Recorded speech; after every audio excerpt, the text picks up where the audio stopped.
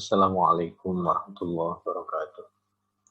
A'udzu billahi minasyaitonir rajim. Bismillahirrahmanirrahim. Alhamdulillahirabbil alamin. Hamdan yuwafi ni'amahu wa yukafi mazidah. Ya Rabbana lakal hamdu kama yanbaghi li jalali wajhika wa li 'azimi sultanika. Allahumma shalli ala sayyidina Muhammad wa ala sayyidina Asyhadu an la ilaha illallah wa asyhadu anna Muhammadar Rasulullah.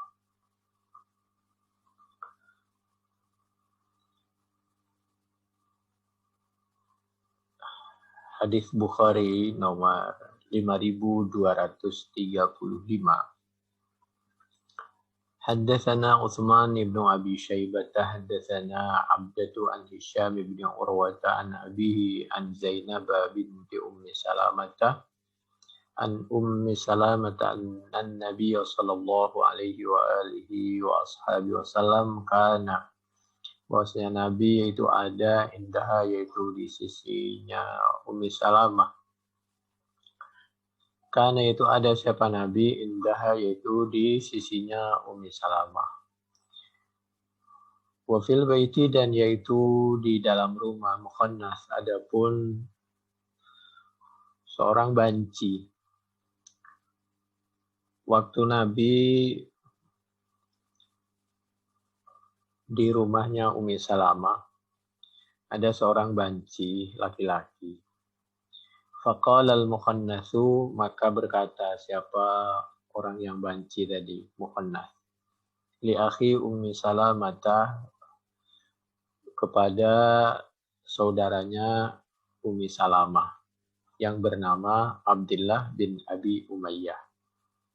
Kata si mukhannas, "Im fatahallahu lakum apabila memberikan kemenangan Allah siapa Allah lakum bagi kalian memberikan pertolongan at-Taifatah kepada mengalahkan Taif. Waktu itu Taif tidak ada satupun yang beriman. Yang ada Nabi ke sana berdakwah dan minta bantuan malah disambut dengan batu. Ghadan besok. Lalu si mukhannas itu berkata, kalau besok ketika Anda ke Taif, suatu ketika diberikan kemenangan oleh Allah Subhanahu wa taala dapat menguasai Taif. Adulluka ala banati Ghailan, maka pasti akan menunjukkan siapa aku mukhannas ala banati Ghailan terhadap putrinya Ghailan. Ghailan ini di Taif tuh banyak orang cantik. Terus Ghailan itu waktu itu punya istri 10. Begitu Nabi datang dan Ghailan ini masuk Islam, maka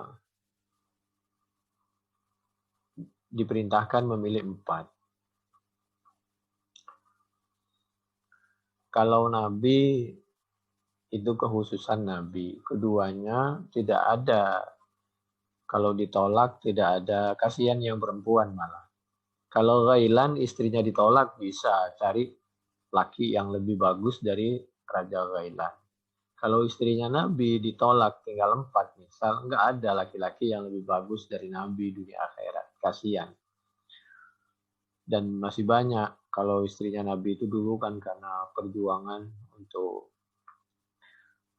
karena dia sudah nggak ada suaminya, dia tidak punya keluarga, di Madinah sendirian, ada anak yatim, sudah tua lagi. Jadi waktu itu Nabi karena suaminya banyak yang wafat karena pertempuran, seperti Badar, Uhud, dan lain sebagainya, maka Nabi membantu orang-orang yang lemah itu. Agar terhindar dari kemaksiatan, maka dinikahi agar menjadi istrinya Nabi sebagai penghargaan terhadap perjuangannya, agar menjadi istrinya Nabi dunia akhirat, dan lain sebagainya.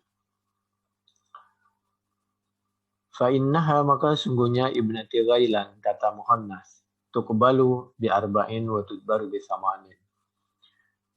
Putri Ghailan itu cantik, ya bentuk badannya bagus, kira-kira begitulah. Kalau dipandang dari depan, ya begitulah. Kalau dari itu debar dari belakang. Nah, yang jadi masalah, mukhonnas, seorang banci, dia bisa bercerita, bisa membayangkan, bisa tertarik kepada kaum perempuan, berarti dia bukan banci. Tapi dia pura-pura banci. Karena mestinya kalau banci yang sebenarnya tidak akan tertarik dengan seorang perempuan. Faqala Nabi sallallahu alaihi wa alihi wasallam. Orang banci itu bisa dikatakan 1001. Bisa dikatakan tidak ada, bisa dikatakan ada dalam pengertian memang asli lahir, banci yang asli, mukhonnas yang asli, itu kelaminnya 2 waktu lahir.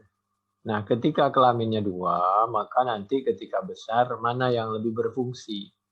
Nah, yang kurang berfungsi itu oleh dokter nanti ditiadakan. Nah, itu yang banci asli, sehingga selanjutnya sembuh, tidak ada lagi. Nah, sedangkan yang ada waktu di zaman Nabi dan sekarang itu pura-pura banci. Kalau toh ada, ya kapanpun kalau kelaminnya asli, dua-duanya. Nah, karena mukhonnas si banci ini dapat membedakan, lalu tertarik kepada kaum perempuan, faqala Nabi sallallahu alaihi wa alihi wasallam, maka bersabda siapa Nabi Muhammad sallallahu alaihi wa alihi wasallam, la yadkhulanna hadza alaikum. Sungguh mulai detik ini jangan pernah si mukhonnas si banci ini melihat mendekat kepada kalian semua kaum perempuan, demikian juga sebaliknya, kaum perempuan jangan pernah ada yang mendekat kepada si banci ini. La yadkhulanna hadza alaikum. Ini hadis Bukhari 5235. Bab yang ke-114. Babu ma yunha min duhulil mutasyabbihin bin nisa'i 'alal mar'ati. Laki tapi pura-pura menyerupai perempuan, tapi dia sadar, tertarik, dan faham tentang lekak-lekuk tubuh perempuan. Wa akhraja Abu Dawud min hadithi Abi Hurairah anna Nabi sallallahu alaihi wa alihi wasallam utiya bi muqannah.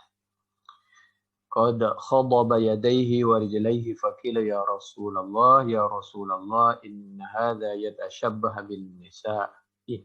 Fanafahu ilan naqri. Di zaman Nabi Muhammad sallallahu alaihi wa alihi wasallam, menurut sahabat Abi Hurairah, ada seorang mukhonnas. Mukhonnas ini dia berdandan seperti kaum perempuan. Tangannya dikasih kutek, kasih pacar gitu. Demikian juga kakinya dilaporkan kepada Nabi. Setelah itu oleh Nabi diasingkan di tempat nakti namanya. Fakila ala taktulhu. Lalu ada yang bertanya, kenapa Nabi kok nggak dihukum bunuh? Faqala inni nuhitu an qatlil musallin. Lalu Nabi menyampaikan, karena dia meskipun banci dia sholat, nggak boleh dibunuh. Kalau toh dia nggak sholat, misal agamanya berbeda, tetap nggak boleh dibunuh. Karena nyawa itu sangat berharga menurut Islam. Lebih berharga dari nilainya Ka'bah yang sangat berharga dan sangat mulia itu. Ini Fathul Bari, juz 9, halaman 418, di sebelah kanan, 4 baris dari bawah. Cuma memang nggak boleh, banci itu nggak boleh, kita juga mendekat kepada banci, nggak boleh, demikian juga sebaliknya. Banci mendekat kepada kita, nggak boleh. Bahkan kalau ada seorang laki-laki buta, maka perempuan itu tetap saja tidak boleh mendekat karena perempuannya bisa melihat, kecuali dua-duanya buta. Demikian juga sebaliknya.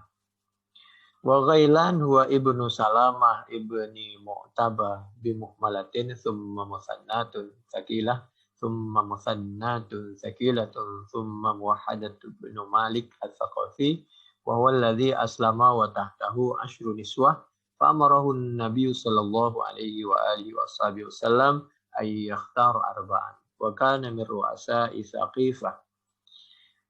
Ghailan ini pemimpin Thaqif wa asya ila awakhir khilafati Umar radhiyallahu anhu, dan Ghailan ini, Raja Ghailan ini yang tadinya istrinya 10, lalu begitu masuk Islam memilih 4, dia hidup sampai di masanya khilafah Sayyidina Umar radhiyallahu anhu.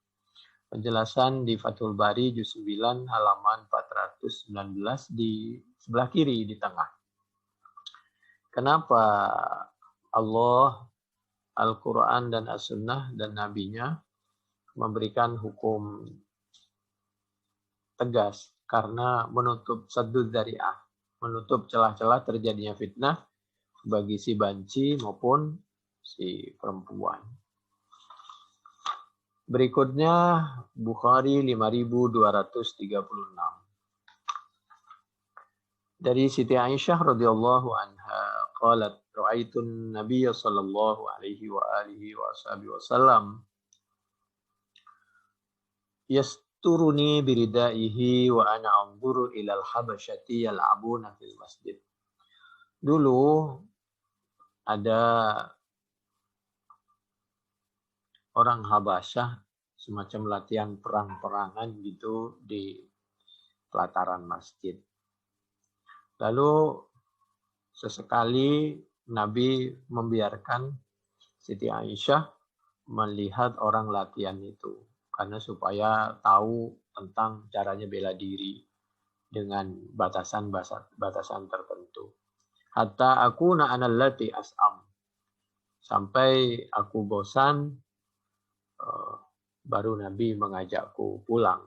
Faqduru qadral jariyatil hadithati sinni wal harisati 'alallah. Apalagi waktu itu Siti Aisyah masih dianggap masih muda.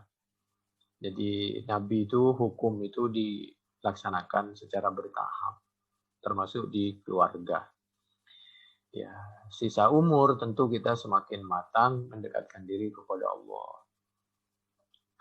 Anna dzalika kana ba'da qudumi wafdil Habasyah wa anna qudumahum kana sanata 70 wa li Aisyah yawma idzin 16 sanah. Waktu itu Siti Aisyah itu umurnya 16 tahun. Itu waktu delegasi dari Habasyah datang itu sekitar tahun 7 Hijriah. Jadi waktu tahun 7 Hijriah itu Siti Aisyah umurnya sekitar 16 tahun. Oleh karena itu ada yang berpendapat bahwa Siti Aisyah radhiyallahu anha menikah dengan Nabi itu sekitar umur 15-16 tahun. Ada yang mengatakan umur memang masih muda, lebih muda dari itu, untuk menunjukkan bahwa agar nikah nggak ada masalah, masih muda, dalam pengertian pertama, supaya hubungannya Nabi dengan sahabat Abu Bakar semakin dekat, baik hati maupun perjuangannya, sehingga menjadi teman dan mertua. Jadi sahabat Abu Bakar ini menjadi mertuanya Nabi Muhammad Shallallahu Alaihi Wasallam. Keduanya, supaya Siti Aisyah ini dari kecil, dari muda sudah banyak memahami tentang ilmu. Mohon maaf semuanya, yang lain itu kan janda. Sedangkan Siti Aisyah ini cuma satu-satunya mulai dari pertama. Dan supaya beliau bisa menyampaikan hukum, karena untuk kaum perempuan itu kan yang menyampaikan tidak langsung Nabi semuanya. Apalagi kalau berhubungan dengan hal-hal yang berhubungan hanya perempuan lah yang bisa detail dan mengetahui dalam misal tentang haid, hubungan rumah tangga, dan lain sebagainya. Itu istri-istrinya Nabi yang menyampaikan. Dan supaya ketika Nabi menyampaikan suatu ilmu dengan Siti Aisyah itu tidak haram. Supaya tidak haram, terjadilah pernikahan. Nah, meskipun nanti kumpulnya itu di Madinah setelah dewasa Siti Aisyah radhiyallahu anha itu. Jadi ini banyak versi. Wali Aisyah yauma idzin 16 sanah. Fakanat balighatan. Itu sudah baligh. Apalagi kita tahu umur dan fisik orang Arab itu Meskipun umurnya masih muda, fisiknya sudah besar, dewasa. Apalagi di zaman dahulu. Wa kana dzalika ba'dal hijab. Itu kejadian Siti Aisyah melihat orang latihan perang agar dia bisa bela diri setelah turun ayat tentang hijab, menutup aurat. Kita tahu istri Nabi itu beda dengan perempuan lain. Perempuan lain menutup sedemikian tertutup, tapi istrinya Nabi itu lebih tertutup lagi. Karena mengingat nikmat dari Allah banyak yang dititipkan kepada beliau dan beliau menjaga kebersihan nama keluarga Nabi, membawa nama Nabi dan membawa nama keluarga, otomatis beliau lebih tertutup baik dari segi pakaian dan lain sebagainya. Wa hujjatu man mana hadis Ummi Salamah al hadis al masyhur afa amiya wa ni antuma. Ini termasuk penjelasan ketika bagaimana ketika seperti Abdullah bin Maktum, kan beliau orang tua buta. Lalu disampaikan, iya yang itu buta beliau memang Abdullah bin Maktum, tapi kamu kan nggak buta. Jadi tetap harus saling menjaga karena dari pandangan sebagai manusia biasa akan melahirkan sesuatu. Wa huwa hadis akhrajahu ashabus sunan min riwayat Zuhri an Nabhana maula Ummi Salamah anha wa isnaduhu qawiyyun. Wal jam'u bainal haditsain ihtimalu taqaddumil waqi'ati aw ay yakuna fi qissatil hadithi alladhi dzakarahu Nabhan syai'un yamna'un nisa' min ru'yatihi لكون ابن أم مكتوم كان أعمى فلعله كان منه شيء يكشف ولا يشعر به ويقويه الجواز استمرار العمل على جواز خروج النساء إلى المساجد والأسواق والأسفار منتقبات لئلا يراهن الرجال ولم يؤمر الرجال قط بالانتقاب لئلا يراهم النساء فدل على تغير الحكم بين الطائفتين وبهذا احتج الغزالي على الجواز فقال لسنا نقول إن وجه الرجل في حقها عورة كوجه المرأة في حقه بل هو كوجه الأمراض في حق الرجل فيحرم النظر عند خوف الفتنة فقط وإن لم تكن فتنة فلا إذ لم تزل الرجال على ممر الزمان مكشوفي الوجوه والنساء يخرجن منتقبات فلو استووا لأمر الرجال بالتقوى أو منئنا من الخروج وتقدم سائر مباحث حديث الباب في أبواب العيدين. Dari cerita seperti ini. Oleh karena itu niqab di Arab itu macam-macam. Ada yang cuma menutup semacam orang sekarang takut kena COVID itu ya. Menutup hidung sama pakai jilbab ditambah menutup hidung dan lisan. Ada kalau itu biasa, perempuan biasa. Kok istrinya Nabi itu dimungkinkan seperti perempuan yang cuma kelihatan penglihatannya itu aja. Tapi wallahu a'lam.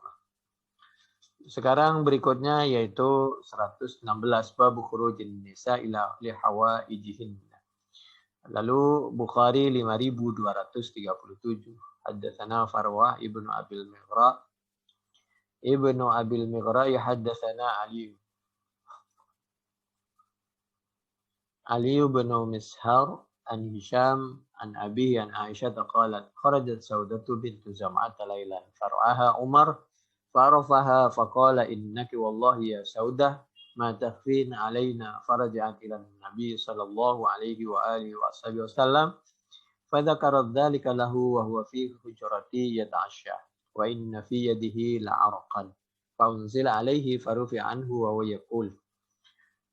Dulu Siti Saudah bintu Zam'ah malam-malam dia keluar untuk dulu mohon maaf keluarga Nabi itu kalau mau buang hajat itu karena belum ada kamar mandi seperti WC waktu itu maka malam-malam di gurun Sahara gitu. Lalu Sayyidina Umar dapat menebak-nebak. Oleh karena itu Sayyidina Umar punya usul gimana meskipun malam supaya tetap memakai hijab agar terlindungi dan supaya terdeteksi bahwa ini orang terhormat, ini keluarga Nabi. Karena dulu di antara tanda-tanda untuk membedakan orang merdeka dengan tidak, orang baik-baik dan kurang baik, itu dari pakaiannya. Kalau pakaiannya tertutup rapat dan auratnya tidak kelihatan lengkung tubuh dan sebagainya, itu tidak ada yang mau mengganggu karena dianggap itu orang baik, orang terhormat dan sebagainya. Tapi yang membuka diri telah celah-celah terjadinya fitnah itu yang suka diganggu oleh kaum laki-laki.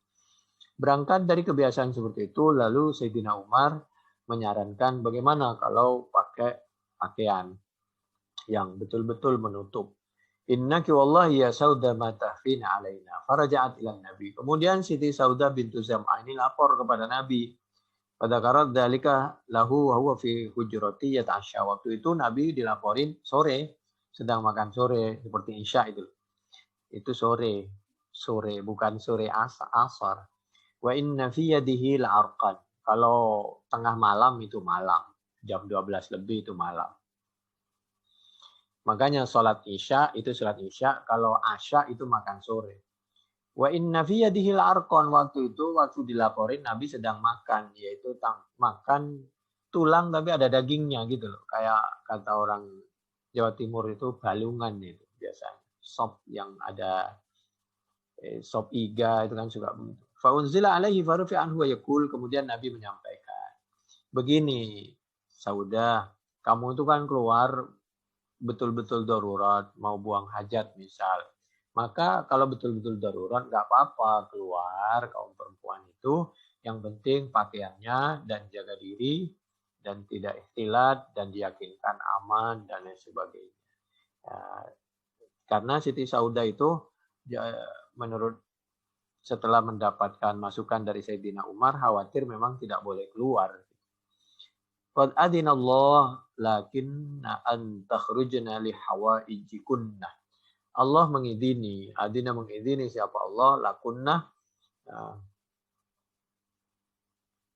bagi kalian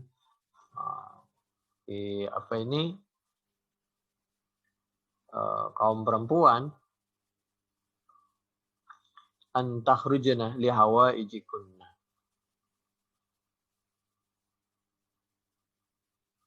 Jadi qad adinallahu lakunna an takhrujna li hawaijikunna. Kalau dibaca lakinna akan tetapi itu. Kalau lakunna untuk kalian kaum perempuan, an takhrujna keluar siapa kaum perempuan li hawaijikunna kalau betul-betul darurat untuk kebutuhannya. 5237 Fathul Bari juz 9 halaman 421 di sebelah kiri. Lalu berikutnya yaitu nomor hadisnya 5238. Bab yang ke-117, bab istidzanil mar'ati zaujaha fil khuruj ilal masjid wa irihi. Bab menjelaskan seorang perempuan kalau keluar dianjurkan untuk minta izin kepada pasangannya, kepada suaminya, terutama ke masjid, apalagi kepada yang lain. Ke masjid saja diperintahkan untuk memberitahu. Haddatsana Ali bin Abdullah, haddatsana Sufyan, haddatsana Zuhri an Salim bin Nabi, yakni Nabi sallallahu alaihi wasallam. Hadis Bukhari 5238. Idza sta'dzanatil mar'a, apabila minta izin, ista'dzana yasta'dzinu isti'dzanan, istaf'ala yastaf'ilu istif'alan. Istaf'ala yastaf'ilu istif'alan. Apabila minta izin al-mar'atu siapa seorang perempuan, ahadakum kepada salah satu kalian, minta izin ilal masjid untuk pergi ke masjid untuk dengerin pengajian, untuk sholat jamaah, fala yamna'ha, maka jangan mencegah siapa kamu, ahadakum kalau limra'atil lafdi, kalau karena posisi fa'il ahadukum, kepada al-mar'ah, kalau memang betul-betul dan bisa dipercaya dan bisa jaga diri dan lain sebagainya. Berikutnya 5239. Menurut Siti Aisyah radhiyallahu anha, qalat ja'a ammi min ar-radha'ati fasta'dzana alayya fa'abaitu an adzana lahu hatta as'ala Rasulullah sallallahu alaihi wasallam. Faja'a Rasulullah fas'altuhu an dzalika faqala innahu ammuki fa'adzani lahu. Qala faqultu ya Rasulullah innama arda'atni al-mar'atu wa lam yurdi'ni ar-rajulu. Qalat faqala Rasulullah sallallahu alaihi wa alihi wasallam innahu ammuki falyalij alayki. Qalat Aisyatu Wadzalika ba'da an duriba alaina al-hijabu qalat Aisyah yahrumu minar radha'ah ma yahrumu minal wiladati. Kebiasaan dulu orang menyusui anaknya orang lain, maka ketika disusui oleh orang lain bisa menjadi saudara sesusuan. Artinya tidak boleh menikah sesama saudara. Demikian juga paman itu, kalau paman itu bisa berbicara tapi tetap auratnya tertutup gitu. Jadi waktu itu ada seorang paman tapi dari sepersusuannya Siti Aisyah datang. Lalu bertanya kepada Nabi, ini dia itu paman sepersusuanku, dia boleh nggak bicara sama kami? Siti Aisyah itu bertanya, khawatir hukumnya nggak boleh. Kemudian Nabi menyampaikan, boleh, karena itu paman dari sepersusuan. Berikutnya 5240. Bab yang ke-119, bab la tubashirul mar'ah al-mar'ata fatan'ataha li zawjiha. Bab menjelaskan tidak boleh perempuan itu terlalu dekat dengan perempuan yang lain sampai bercerita tentang masalah badannya, suaminya, dan bentuknya, dan lain sebagainya. Demikian juga sebaliknya. Fatan ataha li zawjiha. Khawatir kalau perempuan terlalu dekat, lalu menceritakan tentang badannya orang lain, dan ya begitu juga sebaliknya. Bukhari 5240 dari sahabat Abdullah bin Mas'ud radhiyallahu anhu qala.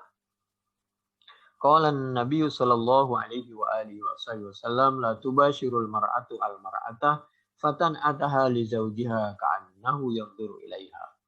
Ini tidak boleh menceritakan auratnya kaum perempuan lain diceritakan kepada keluarga kita. Aurat badannya itu dan lain sebagainya.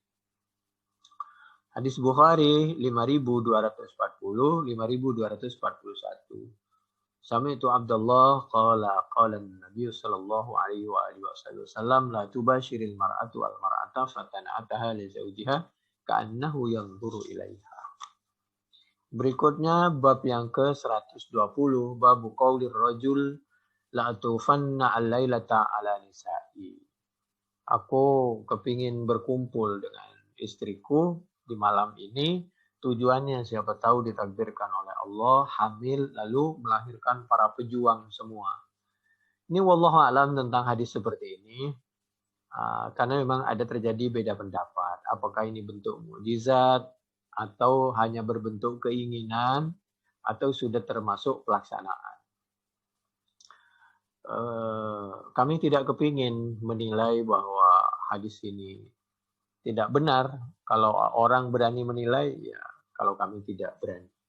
Kami hanya husnudzon, mungkin ini mukjizatnya Nabi Sulaiman bin Daud alaihi wassalam, atau ini baru keinginan dari Nabi Sulaiman bin Daud alaihi wassalam, karena kepingin banyak umatnya, banyak yang membantu perjuangannya di dalam menyampaikan dakwah Islam. Atau ini kasus yang terjadi sebenarnya. Wallahu a'lam.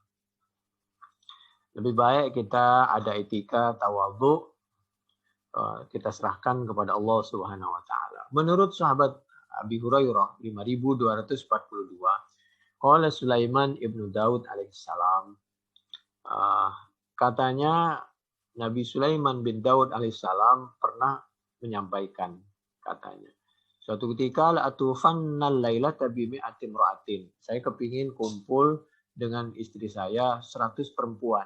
Karena ini di zaman Nabi Sulaiman. Kalau di zaman kita kan nggak boleh lebih dari 4. Talidu kullu imra'atin. Tujuannya agar melahirkan tiap-tiap perempuan gulaman kepada seorang anak yuqatilu yang bisa berjuang fisabilillah, di dalam sabilillah. Faqala lahul malak, kemudian malaikat mendengar keinginan Nabi Sulaiman bin Daud tadi. Kul, berkatalah siapa engkau Nabi Sulaiman, insya Allah. Ucapkan insya Allah agar betul-betul terjadi Sehingga terjadilah perkumpulan, lalu hamil, lalu menjadi manusia yang utuh, yang bisa menegakkan, membantu perjuangan Islam. Falam yakul, kemudian waktu itu masih menunda siapa Nabi Sulaiman karena suatu hal, mungkin atas izin Allah belum sempat menyampaikan ucapan insya Allah. Jadi wanasiyah, dan lupa atas izin Allah, Nabi Sulaiman lupa mengucapkan insya Allah. Semangat untuk berjuang, mengislamkan orang, menebarkan keislaman. Fa'atafa bihinna, kemudian katanya beliau kumpul dengan istri-istrinya. Ternyata walam talid minhunna illa imra'atun nisfa insanin, dan tidak melahirkan dari istri-istrinya itu kecuali satu itu pun kurang kelahiran, kurang sempurna, jadi semacam keguguran gitulah. Nah, bahasanya seperti itu. Faqala Nabi sallallahu alaihi wasallam. Nabi menyampaikan bersabda. Ini wallahu alam kejadian seperti ini. Apa ini hanya pelajaran supaya kita menyandarkan segala sesuatu itu insya Allah. Dalam pengertian kita sandarkan segala sesuatu dengan usaha maksimal, berdoa, lalu selanjutnya kita insya Allah serahkan kepada Allah. Lauqala, andai saja berkata siapa Nabi Sulaiman, insya Allah, andai saja mengucapkan insya Allah jika berkehendak Allah siapa Allah, lam yahnas, maka pasti dikabul semua keinginan Nabi Sulaiman tadi. Maksudnya tidak melanggar sumpah. Wa kana arja li hajatihi, dan memang Nabi Sulaiman ini punya rencana seperti itu karena memang betul-betul punya keinginan yang sangat baik. Jadi dengan tidak bermaksud untuk melupakan kalimat insya Allah dan tidak minta tolong kepada Allah dan seterusnya. Bukan untuk menduakan. Tapi sebagai manusia biasa, beliau memang betul-betul ingin untuk menambah pasukan perjuangan itu. Dan ini berangkat tentu dari, kalau bahasa kita, cuplik dari Al-Quran surah Al-Kahfi ayat 23-24. A'udzubillahi minasyaitonirrajim. Bismillahirrahmanirrahim.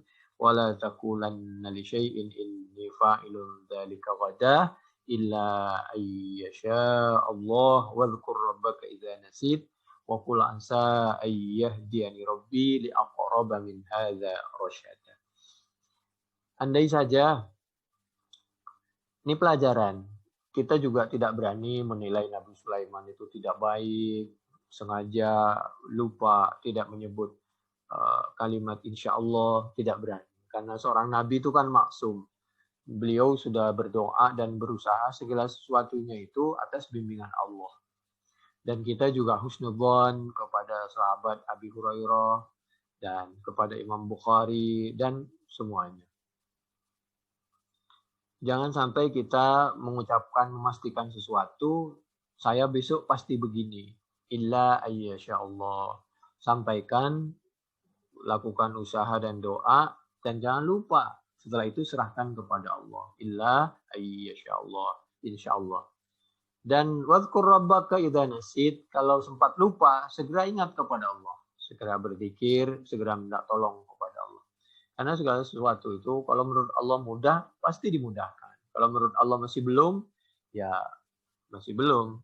Wa qul asa ayyahdiyani rabbi li aqraba min hadza rasyada. Mudah-mudahan Allah mengganti, memberikan yang lebih baik.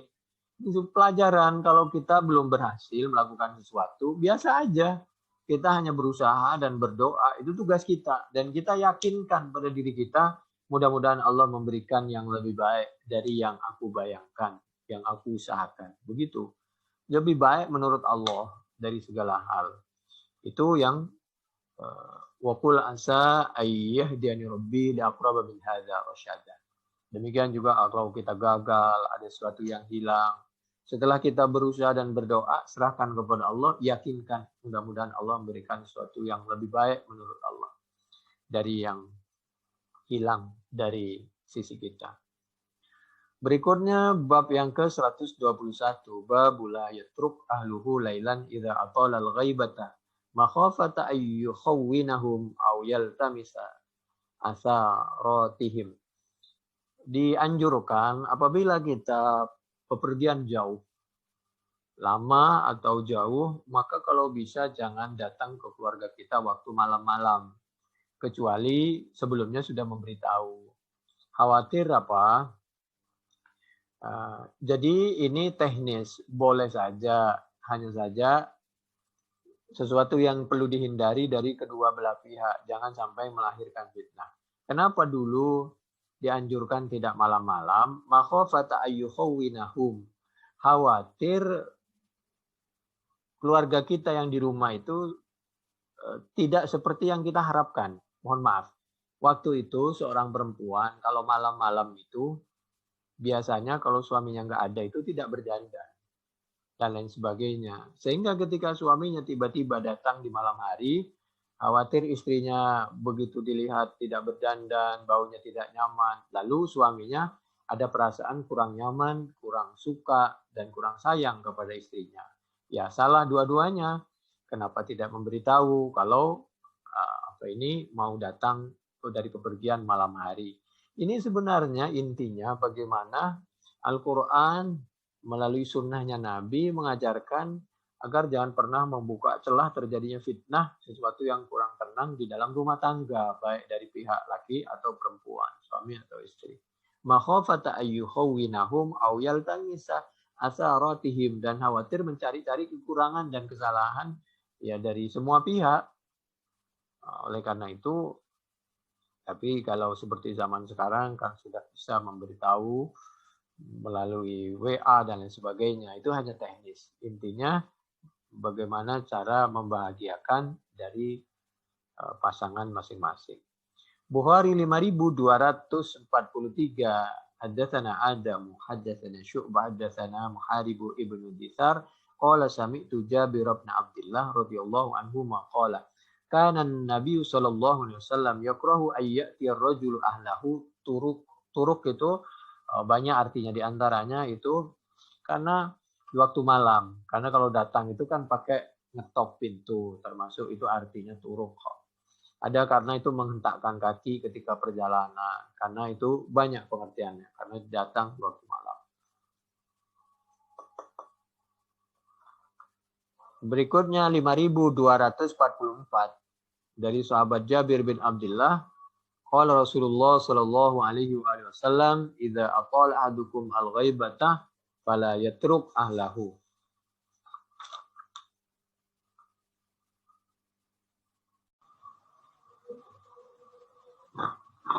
Bismillahirrahmanirrahim. Imma ayyajida ahlahu ala ghairi uhbatin min at-tanzif at-tazayyun al-matlubi min al-mar'ati fayakuna dhalika sababan nafrati bainahuma. Hadis Bukhari yang ke-5245.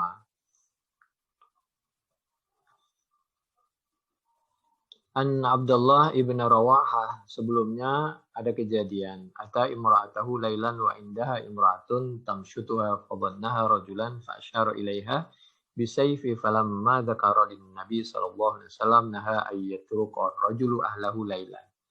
Abdullah bin Rawaha waktu itu datang ke istrinya di waktu malam. Ternyata istrinya ada yang nyisirin, perempuan juga. Dikira yang nyisirin itu laki-laki. Lalu dia Abdullah bin Rawaha cabut pedang. Hampir terjadi, maka dilaporin kepada Nabi. Sejak itulah Nabi bilang, kalau datang ke istrinya jangan malam-malam, khawatir terjadi perselisihan seperti itu. Banyaklah di antara maksud dari supaya hati-hati dan memberitahu kepada keluarganya kalau dimungkinkan. Bab yang ke-5245. Menurut sahabat Jabir, qala kuntu ma Rasulillah fi ghazwatin, kuntu ma Rasulillah sallallahu alaihi wasallam fi ghazwatin, falamma qafalna ta'ajjaltu ala ba'irin qatufin falahiqani raqibun min khalfi, faltafattu fa idzan ana bi Rasulillah, qala ma yu'jiluka, qultu inni hadithu ahdim bi urshin, qala fa bikran tazawwajta am sayyiban, qultu bal sayyiban.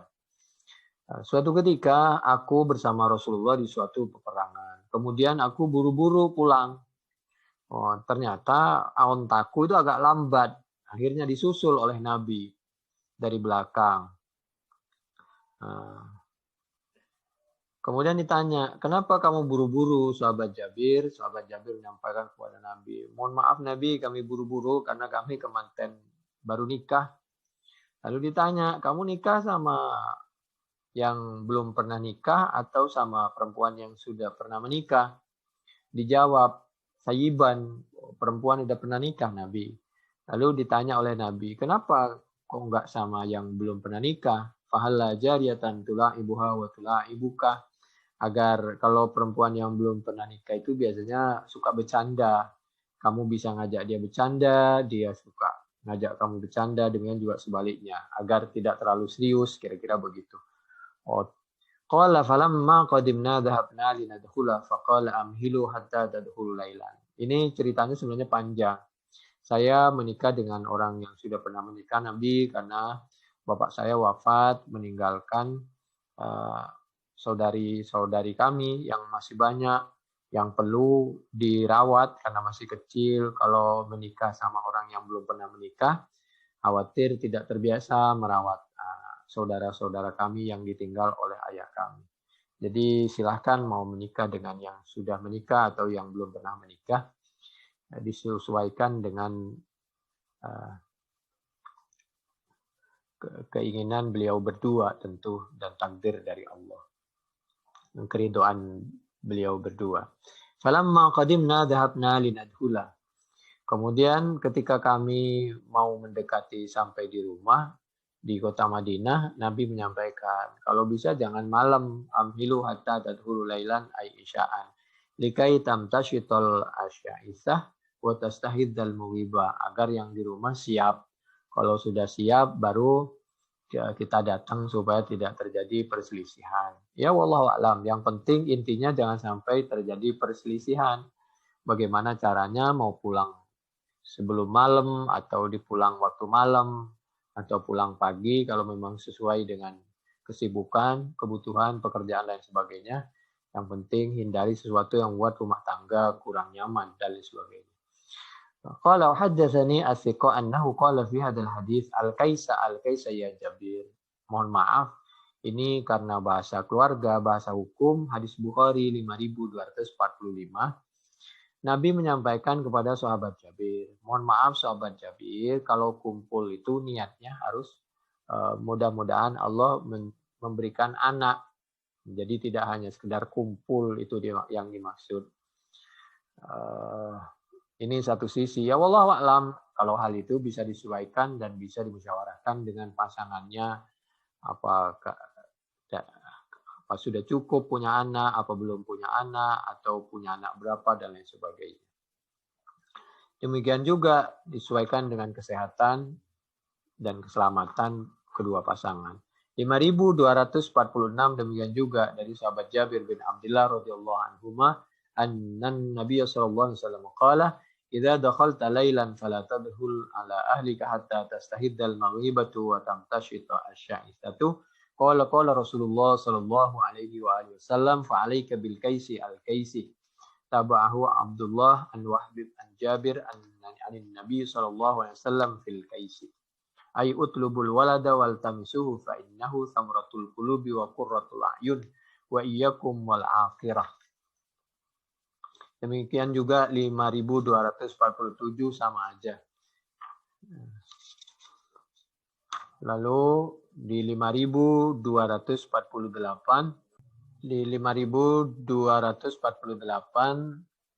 italafan nasu bi ayyi syai'in duwiya jarhu Rasulillah sallallahu alaihi wasallam yauma Uhudin fasalu Sahl bin Sa'd as-Sa'idi wa kana min akhir man baqiya min ashabin Nabi sallallahu alaihi wasallam bil Madinah faqala ma baqiya minan nas ahadun a'lamu bihi minni kanat Fatimah alaihi salam tawsilud dam an wajhihi wa Ali ya'ti bil ma'i ala tursi fa udha hasirun fahuriqa fahusya bihi jurhu.